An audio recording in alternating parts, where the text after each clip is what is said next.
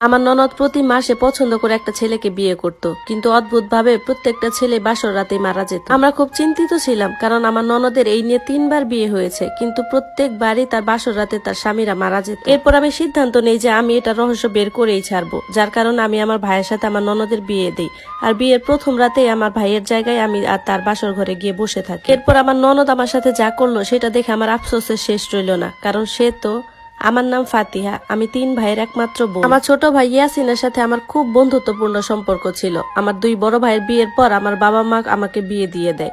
আমার একটা ভালো ঘরে বিয়ে হয়েছিল, সেখানে আমার একটা ননদও ছিল। আমার শ্বশুর বাড়ির লোকজন চেয়েছিল আমার বিয়ের আগে আমার ননদের বিয়ে দিতে। এদিকে আমার ছোট ভাই বিদেশে যাওয়ার জন্য রেডি হচ্ছিল।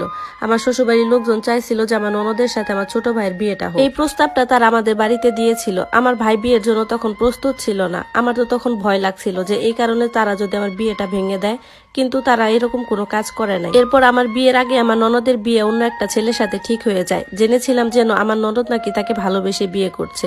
আমাদেরকে দাওয়াত দিয়েছিল, কিন্তু আমার শরীর খারাপ থাকার কারণে আমি যেতে পারিনি। আমার বাবা মা গিয়েছিল তার বিয়েতে। পরের দিন সকালে আমরা খবর পাই আমার ননদের স্বামী বাসর রাতেই মারা গেছে। আমরা সবাই সেখানে চলে যাই, কারণ একটা মেয়ের স্বামী যখন বাসর রাতেই মারা যায়, এটা তার জন্য অনেক বড় একটা ধাক্কা। এর প্রায় 1 মাস পর আমার শ্বশুর বাড়ি থেকে আমাদের বাড়িতে বিয়ের ডেট ফিক্সড করার জন্য আসে। তখন আমার ননদও তাদের সাথে এসেছিল।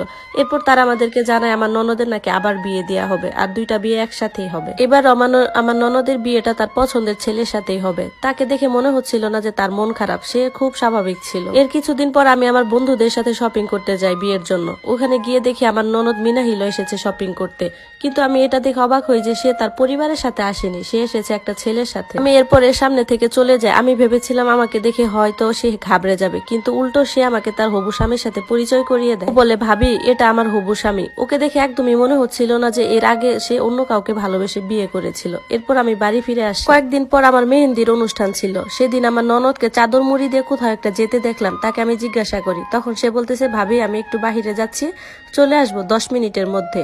এরপর তার কিছুক্ষণ পরে সে বাসায় ফিরে আসে, কিন্তু তার হাতে কিছু একটা ছিল। আমি বুঝলাম যে সে সেই জিনিসটা আমার থেকে লুকাতে চাইলো। আমি মনে মনে ভাবলাম যে সে কি এমন করে বেড়াচ্ছে যে যে জিনিসটা আমার সামনে লুকাতে হচ্ছে, কিছুই ভেবে পাই না। এরপর আমার আর আমার ননদের বিয়েটা সম্পন্ন হয়। আমি আমার শ্বশুর বাড়িতে চলে যাই, সেও তার শ্বশুর বাড়িতে চলে যায়। বিয়ের প্রথম রাতে আমার স্বামী যখন আমাকে ঘরে একটা গিফট দিতে থাকে, গিফটটা খোলাও হয় নাই, সেই মুহূর্তে কেউ একজন দরজায় এসে জোরে জোরে ধাক্কা দিতে লাগে। তিনি আমার শাশুড়ি মা ছিলেন। আমার শাশুড়ি মা দরজাটা খুলতে বলেন। আমার স্বামী তখন তড়িঘড়ি করে দরজাটা খুলে। দরজাটা খোলা মাত্র আমার শাশুড়ি আমার স্বামীকে জড়িয়ে ধরে কাঁদতে শুরু করে। তিনি বলতে থাকেন, সর্বনাশ হয়ে গেছে বাবা, মিনাহিলের শ্বশুর বাড়ি থেকে মাত্র ফোন এসেছিল, তার স্বামী নাকি একটু আগে শরীর খারাপ হয়েছিল, তার কিছুক্ষণ পরেই মারা গেছে।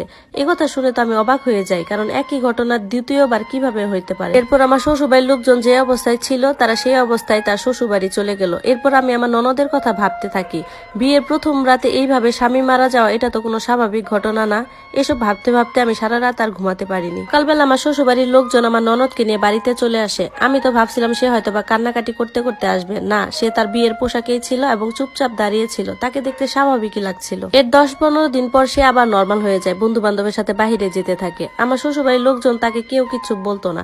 আমার শাশুড়ি এই ভেবে খুশি ছিল যে তার মেয়ে আবার নর্মাল হচ্ছে, তার স্বাভাবিক জীবনে ফিরে যাচ্ছে। আজকাল তো সে প্রায়ই বাহিরে যেত। এখন তো আমার শাশুড়ি মাও তার মেয়ের সাথে বাহিরে যেত। একদিন আমি তাদের পিছু নিই, এটা জানার জন্য যে মা মেয়ে মিলে ইদানিং কোথায় যাচ্ছে, এর জন্য পিছু নিলাম। তারপর গিয়ে দেখি তারা একটা পার্কে গেল। সেখানে আগে থেকে একটা ছেলে বসা ছিল। এরপর তারা ওই ছেলেটার সাথে গল্প করতে লাগলো। ওই সময় আমি তাদের মাঝে চলে আসি। আমাকে দেখে আমার শাশুড়ি অবাক হয়ে যায়। তারপর উনি বললেন যে মিনাহিল এই ছেলেটাকে পছন্দ করে, ওকেই আবার বিয়ে করতে চায়। তখন আমি ভাবতে লাগি যে আমার ননদ কেমন মানুষ, যে প্রতি মাসে একটা করে বিয়ে করার একটা করে ছেলে প্রয়োজন তার। আবার মনে মনে ভাবতে থাকি, ও যদি বিয়ে হয়ে যায় তাহলে আমার জন্যই ভালো, কারণ আমার স্বামী বলছে তার খুব ভালো করে সেবা যত্ন করে।